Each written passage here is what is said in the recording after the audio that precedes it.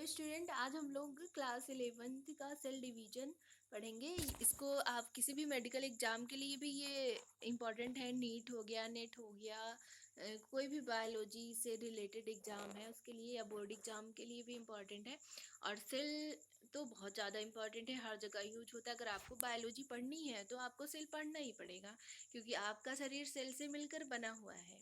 अगर सेल नहीं तो आपका कोई अस्तित्व नहीं। पूरे शरीर का जो है शरीर, वो बिना कोशिका के कोई मतलब नहीं है। और उसमें थोड़ा सा विभाजन होता रहता है। विभाजन मतलब डिवाइड होता रहता है। एक कोशिका है, एक कोश की जंतु भी होते हैं जिसमें एक सेल होती है, बहुकोश की भी होते हैं। तो अस्तित्व कैसे बना है? एक कोशिका दो में बटी, दो चार में बटी, या फिर एक चार में डायरेक्ट बट गया, फिर चार आठ में, इस तरह से इसमें डिवीजन होता रहता है। तो हम सबसे पहले डिवीजन में पढ़ेंगे ये कोशिका चक्र पढ़ लेते हैं। सेल साइकिल, सेल साइकिल होती कैसे? सबसे पहले G1 फेज आता है। क्या आता है? सबसे पहले G1 फेज, ये लगभग 11 आवर का होता है। 11 घंटे तक सबसे ज़्यादा टाइम होता है G1 का। और ये कभी कभी G0 फेज में चला जाता है, जहाँ पे सेल साइकिल अरेस्ट हो जाती, कोशिका विभाजन बंद हो जाता है। और G1 फेज में होता क्या है? Cellular content excluding the chromosome are duplicate. Chromosome वैसे डुप्लीकेट तो नहीं होते हैं, यस फेज में होते हैं। इसमें एंजाइम्स और जैसे जो डीएनए सिंथेसिस के लिए जो एंजाइम्स की रिक्वायरमेंट है वो इसमें सिंथेसाइज होगी और प्रोटीन्स बनेंगे, ग्रोथ होगी। प्रिपरेटरी फेज भी इसे कहते हैं, मतलब ये तैयारी करने वाला फेज है। फिर यस फेज आता है। एस फेज में क्या होता है? क्रोमोसोम में duplicate by the cell. Cell में क्या होता है? डबल डबल हो जाता है। डीएनए डबल होता है, ना कि क्रोमोसोम। ये हमें ध्यान रखना है। क्या होता है? हमें सिर्फ और सिर्फ डीएनए डबल होगा, ना कि क्रोमोसोम डबल होगा। क्रोमोसोम नहीं डबल होगा, डीएनए डबल होगा। G2 फेज, G2 फेज में क्या होता है? Double checkpoint duplicate chromosome for error making need repair. इसमें मतलब अब डीएनए यहाँ पे यस फेज में डीएनए बन गया, डीएनए बन गया है। अब इसमें कुछ गलतियां भी तो हो सकती है ना, तो जो गलतियां होंगी वो G2 फेज में क्या होगा? उसको सुधारा जाएगा और यम फेज की तैयारी की जाएगी। इसमें G1 फेज में क्या होता है? प्रोटीन एंजाइम बनेगा। किसके लिए? किसकी तैयारी करेगा? डीएनए सिंथेसिस की तैयारी करेगा।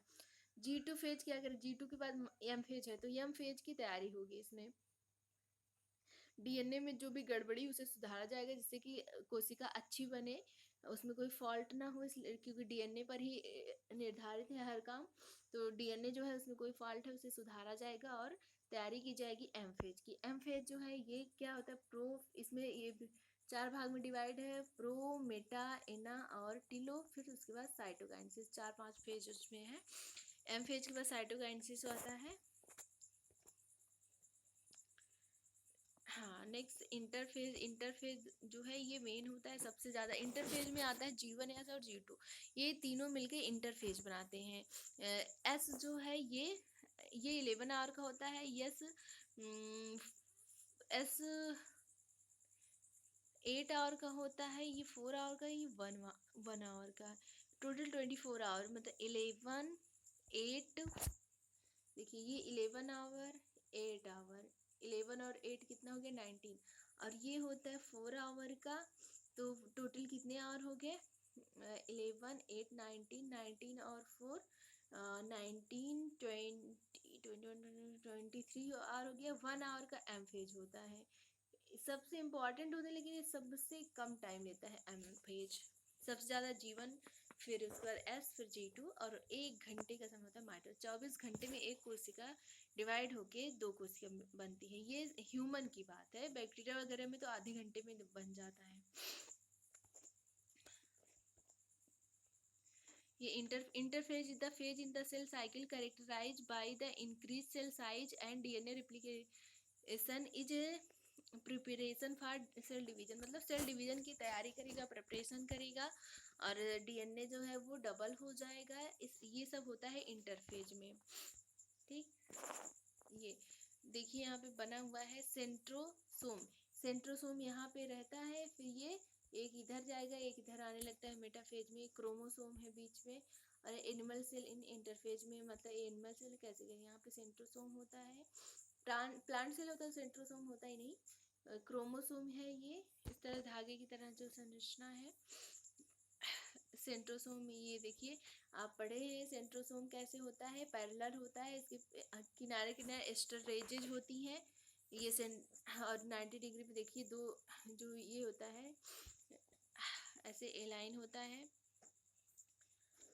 और क्रोमोसोम डिस्पर्स होता है, मतलब इधर उधर बिखरा हुआ पड़ा रहता है। क्रोमोसोम दिखता नहीं, क्रोमोसोम जैसे धागे जैसा ऐसे उलझा रहता है, न्यूक्लियस के अंदर होता है। और ये बीच बीच में न्यूक्लियर पोर है, न्यूक्लियर पोर के थ्रू क्या होता है, कोई भी एंजाइम प्रोटीन हुआ उसे बाहर आता जाता रहता है ऊपर। ये प्लाज्मा मेम्ब्रेन है।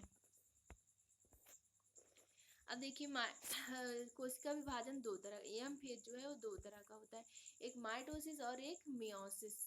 तो हम लोग सबसे पहले माइटोसिस पढ़ेंगे। माइटोसिस सिंपल है, मियोसिस थोड़ा टफ होता है। माइटोसिस समझ में आएगा तो मियोसिस भी आ जाएगा, डोंट वरी। हाँ देखिए, सबसे पहले जो है ये क्रोमोसोम है। क्रोमो एक था, एस फेज में जाके देखिए डबल हो गया। क्रोमोसोम का डीएनए डबल हुआ, ना कि क्रोमोसोम डबल हुआ।